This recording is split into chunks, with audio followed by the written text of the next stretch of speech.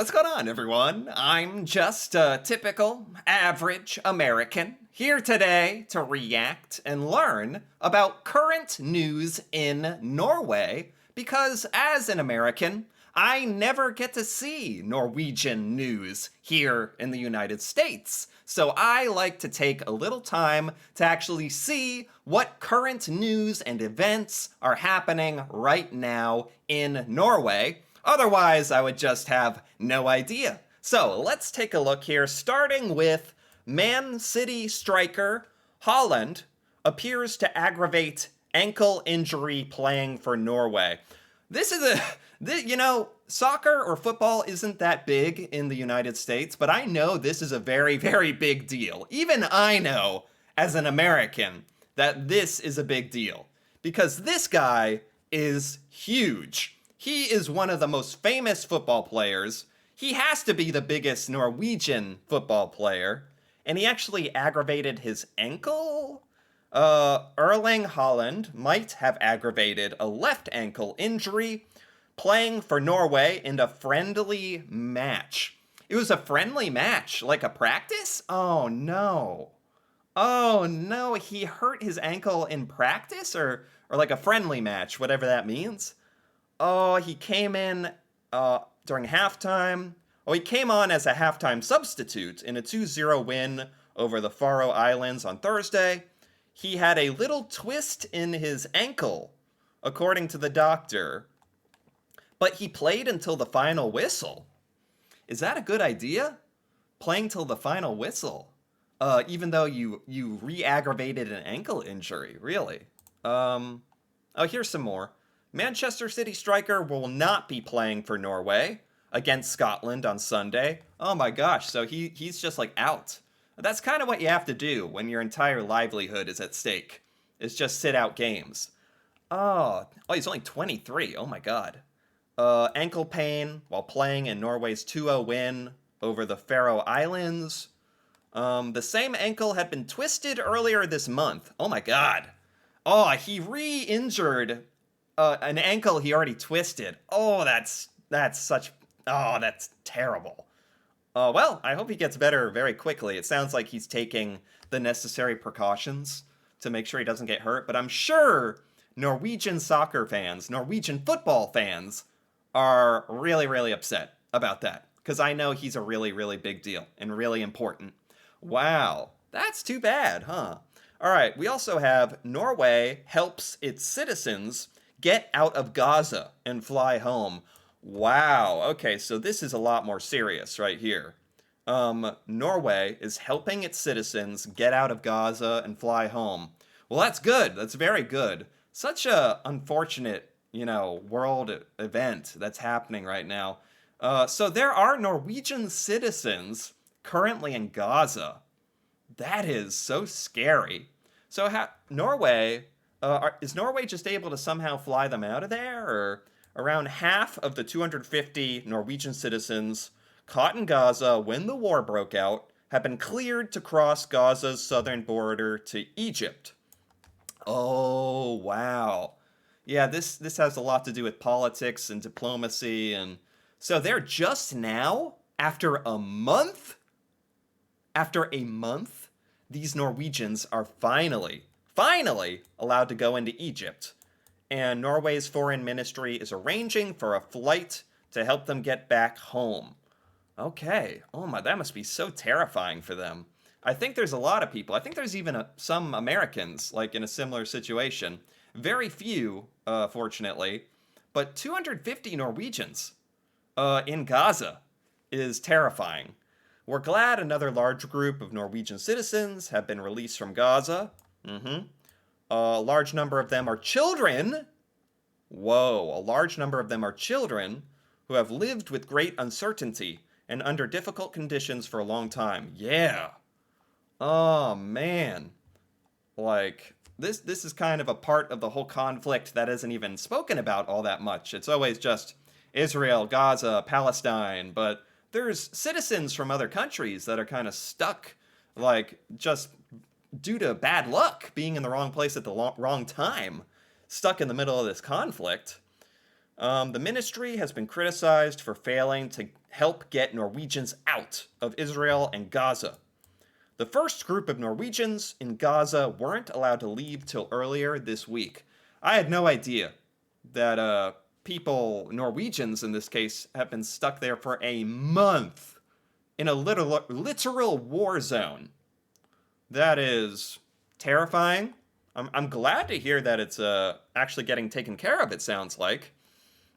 The ministry chartered a flight to fly as many of them as possible out from Cairo to Oslo. Wow. Okay. Some of them have various health concerns and medical needs. Oh my God. That is a scary story, but very interesting to learn about as well. And I'm glad Norway is finally seeming to have success in getting them out. Oh my God. Norway denies any cuts in its military support for Ukraine. Kind of similar to the United States, huh? The United States, I think, has supported Ukraine financially. I think is the number one financial benefactor to Ukraine at this point. A lot of money sent to Ukraine, and Norway seems to be adamant about doing its part to support Ukraine as well, which is wonderful, which is awesome. And so Norway was deciding whether they were going to cut support, and Norway has decided to continue support for Ukraine.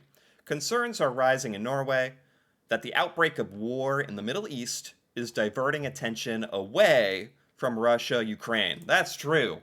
That is true, isn't it? Sadly, there's just so much military conflict happening in the world today.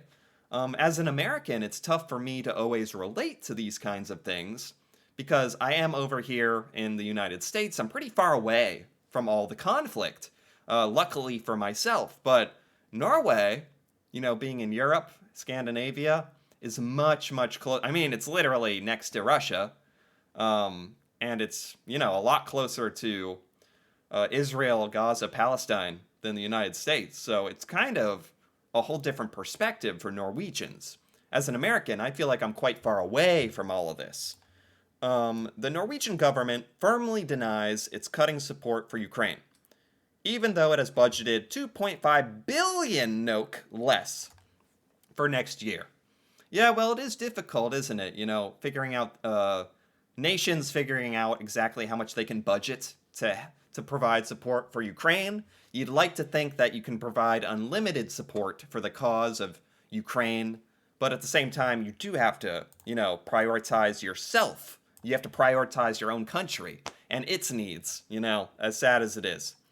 Norway's Labour Center government has proposed giving Ukraine 7.5 billion NOK worth of military support over the next 5 years, which compares to 10 billion this year. And it upset the leader of the opposition Liberal Party, Guri Melby. So some Norwegians, I think, are thinking the support for Ukraine needs to continue at the same rate, but it sounds like Norway is slightly cutting the budget for Ukraine. And I don't know about the details of everything, but I understand that it's a difficult situation because you want to help out as much as you can without allocating resources that you can't afford. Norway is one of the few countries to approve a 5-year plan for aid to Ukraine. I mean, it sounds like Norway is doing a lot for Ukraine. A lot. So that's very admirable. I don't think there should be too much criticism pointed at Norway. Norway seems to be doing a lot in its power to donate and help Ukraine, militarily and financially. So, very cool. Very cool. But some people are nervous that support for Ukraine is going down. Sounds like it's going down a little, but not totally. That's kind of what I'm getting out of that. Solberg decides to ride out the storm. Solberg. Former Norwegian Prime Minister Erna Solberg isn't going to let scandal and her own conflict of interest ruin her political career. Oh, this is the former prime minister who her husband got caught like insider trading stock and, illegally, leveraging his connections to the government to make money through his wife. Yes, I learned about this in a previous segment of current news in Norway. So I actually know what we're talking about here. I actually know what we're talking about because I have learned some things.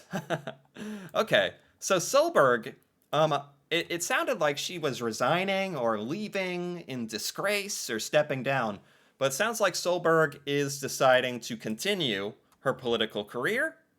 And what? She's just hoping this whole thing kind of blows over?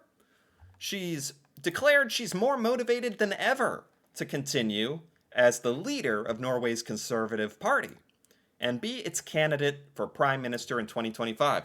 Well, if you're the leader of the party and you have aspirations to become the prime minister in a few years, yeah, then you don't just step down, do you? I wonder if she can come back from this scandal and actually do well in Norwegian politics. That'd be interesting.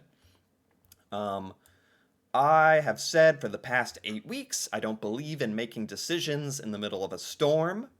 She's, after avoiding a police investigation into stock trading by her husband, and she got through a hearing by the Parliament's disciplinary committee last week, she wants to get back to the business of leading her party and the country. Wow, I feel I've received strong support, and it's given me motivation. So, I don't know what Norwegian people think about her or think about this whole situation, but it sounds like I thought she was done for. But it sounds like she's actually doing okay. She's recovering from this scandal, if you want to call it. I don't know what her shot at actually becoming prime minister is in the future, but I don't know. Interesting. Interesting because I thought she was really done for based on what I had read. Oh, what else do we have here? Oslo area wins new national park. Oslo is getting a new national park. After more than 11 years of political quarreling, state officials have finally set up a new national park in southern portion of the hills on Oslo's east side. Oh, Oslo's getting a new national park. That's actually super cool. That's awesome. It's known as Ostmarka. Has been a popular recreational area for skiers, hikers, timber, sawmills, forestry. So this is like a big area near Oslo that's officially becoming a national park. It was first proposed 11 years ago. Wow. I feel like this kind of thing doesn't happen all that often. After years of political disagreement, a breakthrough came when only publicly owned and managed areas would be included in the park. Okay, a new public park. I don't see how that can be a bad thing. Sounds nice.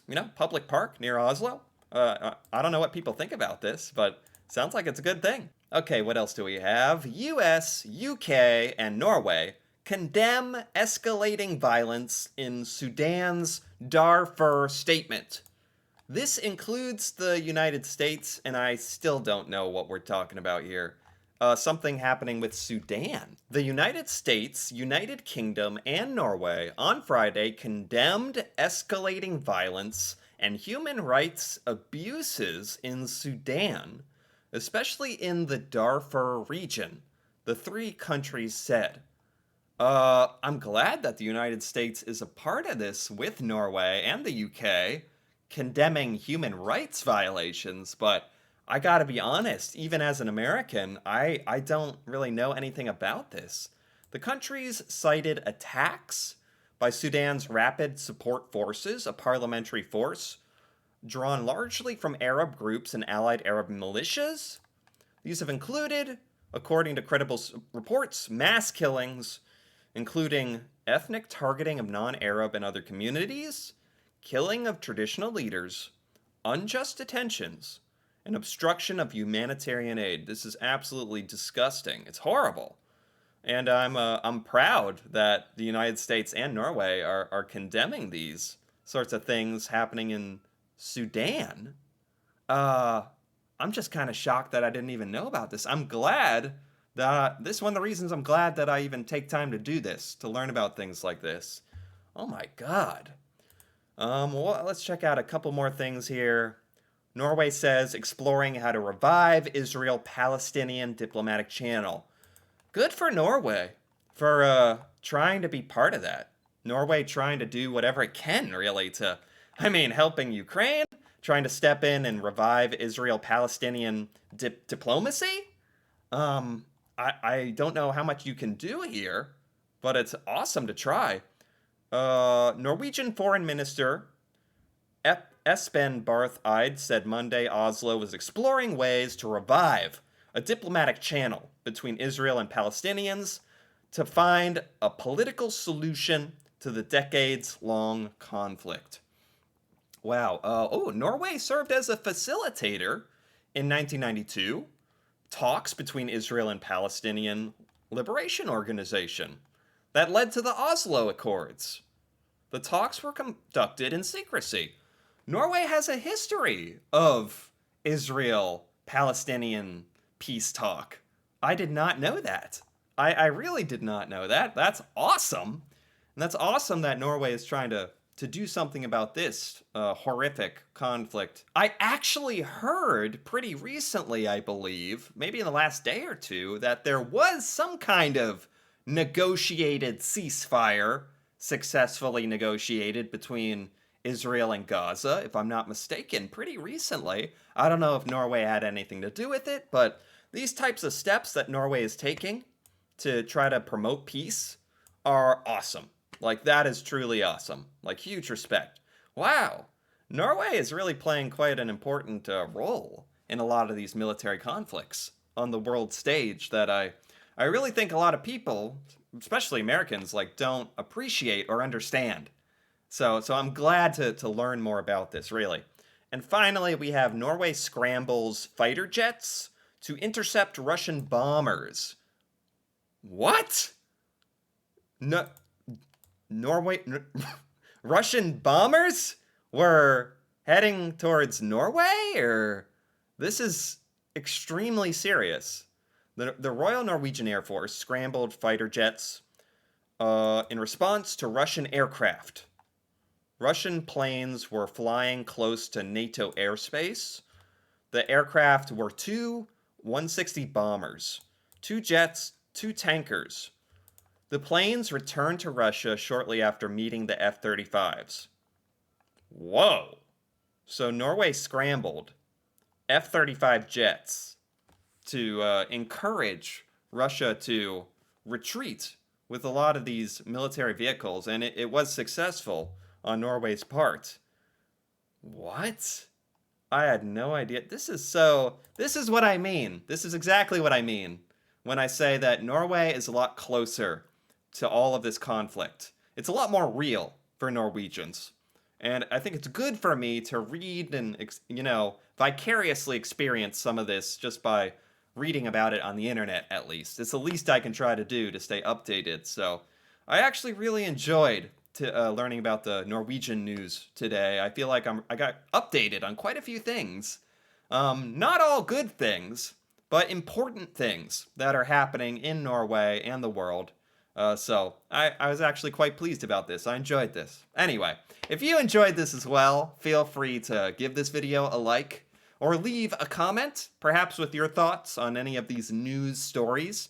And if you're interested in more videos like this, me reacting to Norway and Norwegian culture, feel free to subscribe for more. And until then, thanks for watching, and see you next time.